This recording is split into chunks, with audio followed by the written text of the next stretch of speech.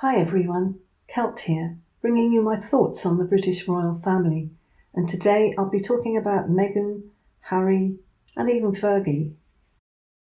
It seems that Sarah Ferguson has enjoyed being back in the fold and could be about to spill the beans on Meghan's past. She knows that Andrew's past is being looked at with a microscope, and the fact that Harry and Meghan are not doing themselves any favours in their attempts to be relevant. For instance, they're putting their foot in it big time, especially Harry with the Africa charity, which he has totally ignored. And let's not forget that Harry also ignored someone that he promised to look after forever, and that was a little baby that was born with AIDS and had lost both parents. And Harry promised to pay for her education and make sure she would always be okay, but he didn't. And there was an interview where she said how disappointed she was that she hadn't had any contact from Harry. And she's now, I think, 18 or probably 20 by now.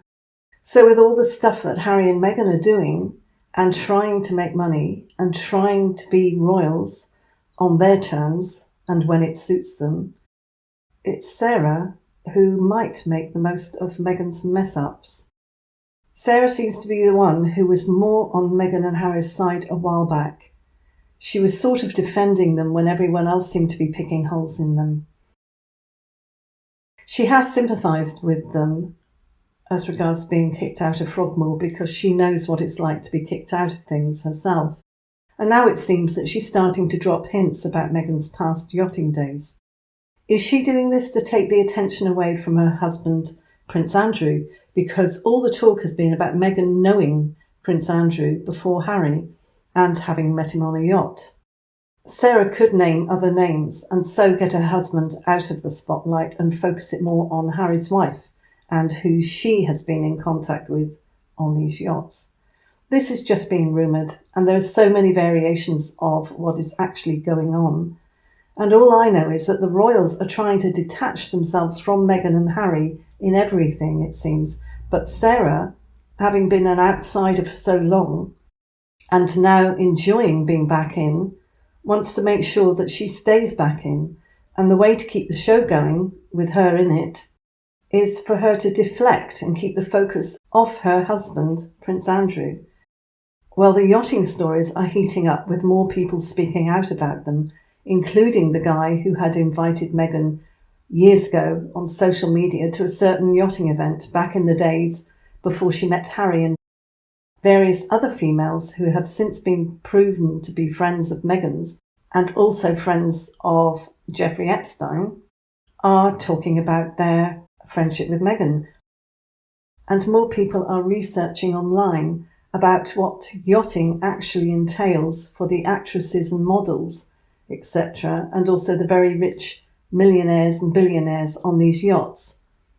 And they are also putting the pieces together of the puzzle and realising that a person of a certain ancient profession was actually allowed to marry into the royal family. Was this planned to bring down the downfall of the monarchy, or was it just a silly spoilt girl who wanted to be a princess or a queen? Or was it just a power-hungry narcissist who wanted to rule the world? So Meghan won't be joining Harry for the Invictus Games service, which we basically knew anyway. And people are finally noticing that they don't bring their children to anything. At last, the average person on the street is questioning whether there are any children. And now they're making their Nigeria trip. And it sounds more and more like a royal tour. Remember when Meghan said that she was, 60% Nigerian or something like that? How does she do it? She's the only person who seems to be made up of 200% of nationalities. Maybe 100% is her, and the other 100% is her alter ego. Anyway, she's supposed to have Native American, Irish, Portuguese, Italian, maybe more. I probably missed some. So this fake Nigerian royal tour is going to be the most talked about tour that they've done. Maybe even more so than the previous Pacific tour, where Meghan threw tea allegedly and swore at the Governor-General and his wife. And the Africa tour was pretty dire as well, where she put her foot in it several times. You know, getting down on the floor, making the women sit on the floor, which was an absolute insult to their traditions. and talking about how hard her life was when she was with people who had things a lot harder than she did. Remember when she insulted the King of Morocco by refusing the hospitality that she was offered? And the list goes on with all the gaffes that she made in her previous tours. And this one will not be any different. In fact, it will be worse. It will be more of a circus than anything they've ever done, I guarantee it. And it is a massive distraction from the real important stuff that will be going on in and from the African continent.